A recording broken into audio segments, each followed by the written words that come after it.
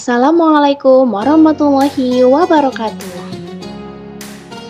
Selamat pagi, siang, sore, ataupun malam, kapan saja kalian menonton video ini. Nah, sebelum kita lanjut ke video, perkenalkan, kami dari kelompok 4 akan menyampaikan materi pembelajaran dengan topik puasa sebagai bagian dari tugas mata kuliah fikih yang diampu oleh Bapak Ahmad Muhaishin D. Syarbani MAG. Video ini kami buat dengan tujuan untuk membantu teman-teman memahami materi secara lebih mudah dan menarik. Kami akan menjelaskan secara ringkas, sistematis, dan dilengkapi dengan contoh-contoh yang relevan agar mudah dipahami. Kami harap video ini bermanfaat dan bisa menjadi tambahan referensi dalam proses belajar. Jangan lupa nonton sampai selesai ya, dan jika ada masukan atau pertanyaan, silakan sampaikan di forum komentar. Selamat menyaksikan dan selamat belajar. Wassalamualaikum warahmatullahi wabarakatuh. Nah, di sini ada sebuah deskripsi masalah, di mana ada seorang mahasiswa yang bingung melihat perbedaan pendapat awal penentuan Ramadan. Sebahagian berpendapat bahwa besok itu sudah puasa, dan sebagian lagi berpendapat jika puasa itu akan dilaksanakan pada lusanya. Akhirnya, ia memutuskan untuk berpuasa esok hari guna berjaga-jaga dan sebagai bentuk kehati-hatian. Seraya dalam hatinya dia berkata, seandainya pun besok belum Ramadan, toh puasa itu kan ibadah yang baik, apa salahnya puasa besok? Kata mahasiswa tersebut. Nah, menurut apakah pandangan kelompok kami terhadap keputusan mahasiswa tersebut? Kira-kira perbuatan mahasiswa tersebut itu termasuk dosa atau tidak ya? Mari kita bahas. Nah, dosa atau tidak, Dr. Ahmad Sarwat LCMA dalam ceramahnya di kajian tafsir Al-Mahfuz 2025 mengemukakan bahwa keputusan mahasiswa tersebut termasuk dalam kategori puasa hari syak atau yaumul syak, yaitu puasa pada hari yang diragukan apakah sudah masuk bulan Ramadan atau masih Syakban.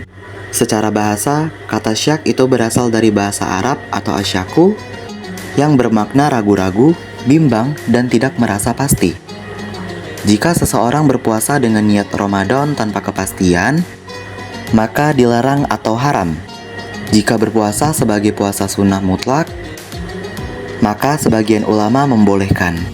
Man soma yaumas sakka faqad asaba qasima sallallahu alaihi wasallam. Siapa yang puasa pada hari syak, maka dia telah bermaksiat kepada Abul Qasim atau Nabi Muhammad sallallahu alaihi wasallam. Hadis riwayat Bukhari. Selanjutnya saya akan menjelaskan tentang dasar dalil. Mayoritas ulama seperti Imam Malik, Imam Syafi'i, dan Imam Ahmad sepakat bahwa tidak diperbolehkan berpuasa sehari atau 2 hari sebelum Ramadan jika berniat sebagai puasa Ramadan. Larangan ini didasarkan pada hadis yang berikut, La taqaddamu Ramadana bisaumin yaumin wala yaumaini ila rajulun kana yasumu sauman falyasum. Yang artinya, janganlah kalian mendahului Ramadan dengan berpuasa sehari atau 2 hari kecuali puasa yang sudah biasa dia lakukan. Hadis riwayat Bukhari 1914 dan Muslim 1082. Adapun di dalam Quran surah Al-Baqarah juz 2 ayat 185 yang berbunyi Bismillahirrahmanirrahim. Syahrul Ramadan alladzi unzila fil Qur'an hudal linnas wa bayyinatin minal huda wal furqan. Fama syahida minkum asy-syahra falyasum. Yang artinya, bulan Ramadan adalah bulan yang di dalamnya diturunkan Al-Quran sebagai petunjuk bagi manusia dan penjelasan-penjelasan mengenai petunjuk itu serta pembeda antara yang hak dan yang batil. Oleh karena itu, siapa di antara kamu hadir di tempat tinggalnya atau bukan musafir pada bulan itu, berpuasalah. Saya akan menjelaskan tentang 2 metode penetapan awal Ramadan. Dalam buku Fikih dan Ushul Fikih oleh Ahmad Muhaisin B. Syarbaini, dijelaskan bahwa penentuan awal Ramadan dilakukan dengan dua cara, yaitu yang pertama dengan metode Ruqyatul Hilal atau dengan melihat bulan. Ini biasanya digunakan oleh NU dan sebagian besar negara muslim. Jika hilal tidak terlihat, maka Sya'ban disempurnakan menjadi 30 hari.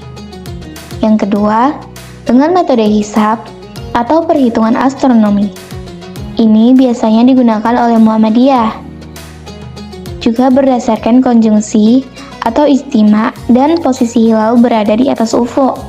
Dua metode penetapan awal Ramadan ini sesuai dengan hadis Nabi SAW, yang dimana berpuasalah karena melihat hilal dan berbukalah karena melihat hilal.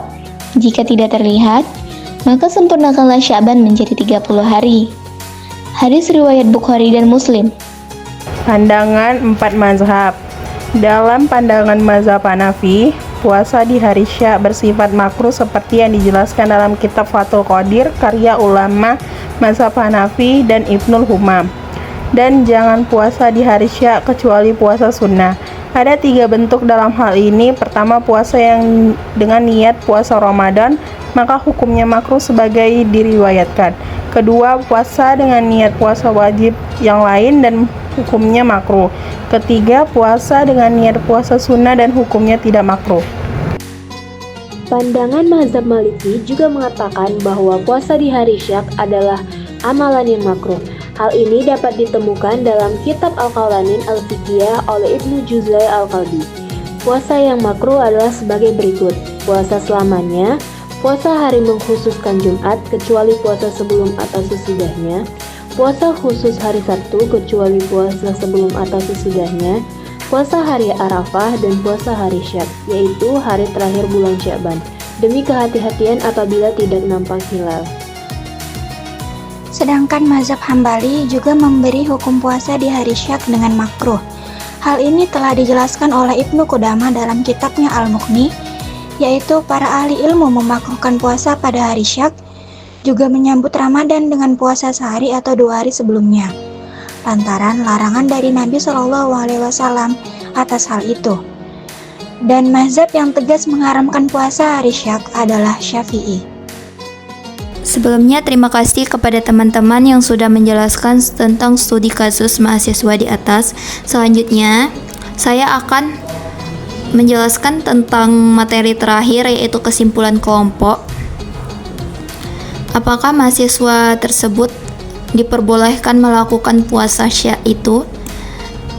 Kesimpulan kelompok kami, puasa Syak tidak boleh dilakukan, dan puasa yang diniatkan sebagai puasa Ramadan tanpa kepastian itu tidak diperbolehkan.